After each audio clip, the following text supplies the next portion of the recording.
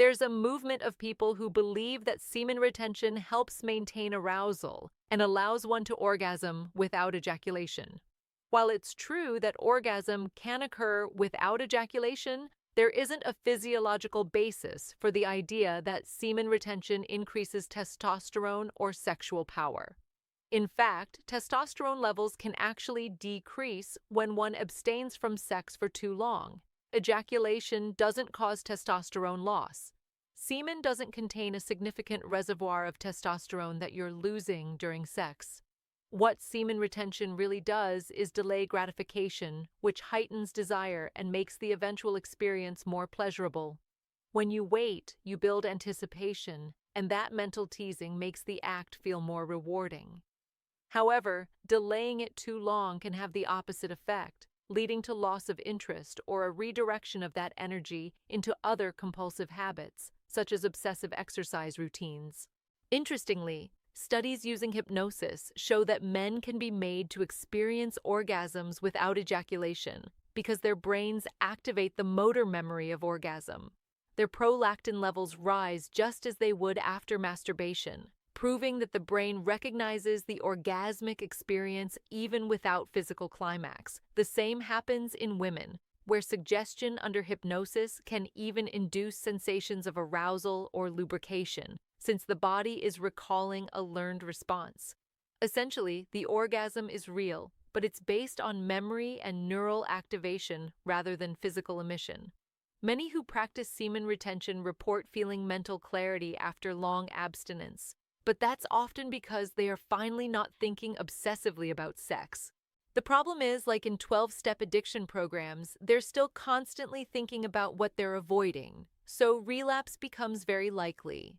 People in the nofap or semen retention communities sometimes even call others to intervene when they feel tempted, which turns the behavior into an obsession of control rather than true balance.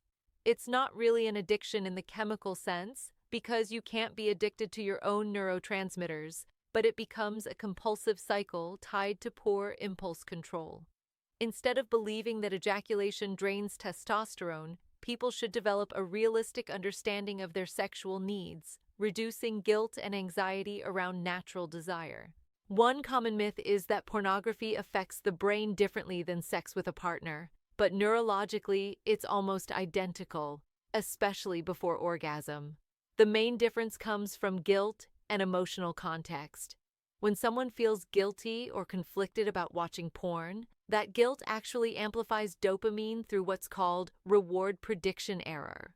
When a reward is expected but delayed or denied, dopamine surges even more, creating a loop of anticipation. This same mechanism explains why people who label themselves porn addicts show heightened brain activity before even seeing porn. They've already primed their reward system with guilt and expectation. The orgasm itself, however, remains the same physiologically. Prolactin rises, pelvic floor muscles contract, and the body reacts identically to partnered sex.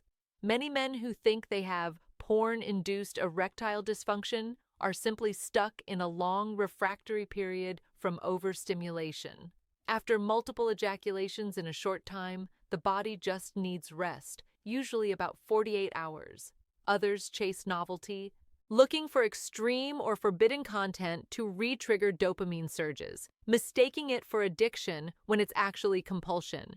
Often, this behavior is linked to underlying anxiety or depression, as sex can temporarily lift mood and act as self-medication.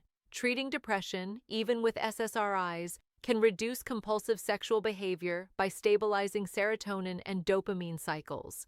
Compulsivity differs from addiction because addiction involves tolerance and withdrawal, neither of which occurs here. With drugs like heroin, the brain develops both tolerance and a painful withdrawal. With porn or masturbation, there's habituation, but no withdrawal. If it were addiction, stopping would cause constant arousal or withdrawal erections, which doesn't happen. The difference is that drugs are external chemicals hijacking neurotransmitters, while porn only activates the brain's natural systems.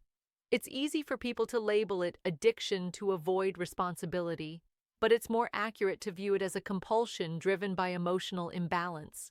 This was evident even in public cases like Tiger Woods.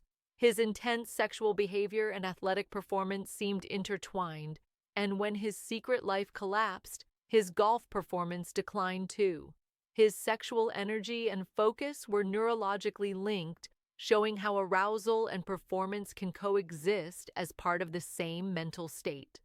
Ultimately, semen retention, porn use, and compulsive sexual behavior all come down to understanding the brain's reward systems and emotional regulation rather than mystical ideas about energy loss or testosterone depletion.